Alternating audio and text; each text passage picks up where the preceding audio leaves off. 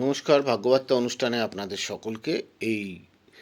আজকে আপনাদের মহালক্ষ্মীর যে মন্ত্র দেয়া হবে, এই ক্রিয়াটা আপনারা যদি 14ই সেপ্টেম্বর, 13ই সেপ্টেম্বর, 12ই সেপ্টেম্বর যদি করতে পারেন, এই 3 দিনের মধ্যে যে কোনো একদিন করবেন। 16 রকমের ভোগ নিবেদন করতে হবে।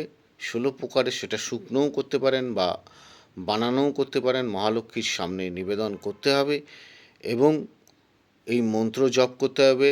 ওম হ্রিং শ্রীম মহালক্ষ্মী ভ নমঃ। এই মন্ত্র জপ করবেন। জপ করার পর নিয়ম হচ্ছে 16টা ব্রাহ্মণকে খাওয়ানো, 16টা ব্রাহ্মণীকে খাওয়ানো। যদি না পারেন, মন্দিরে গিয়ে কিছু অর্থ আপনারা মায়ের ভোগের জন্য দিয়ে আসবেন। তাতে খানিকটা মহালক্ষ্মীর কৃপা আপনারা পেতে পারেন।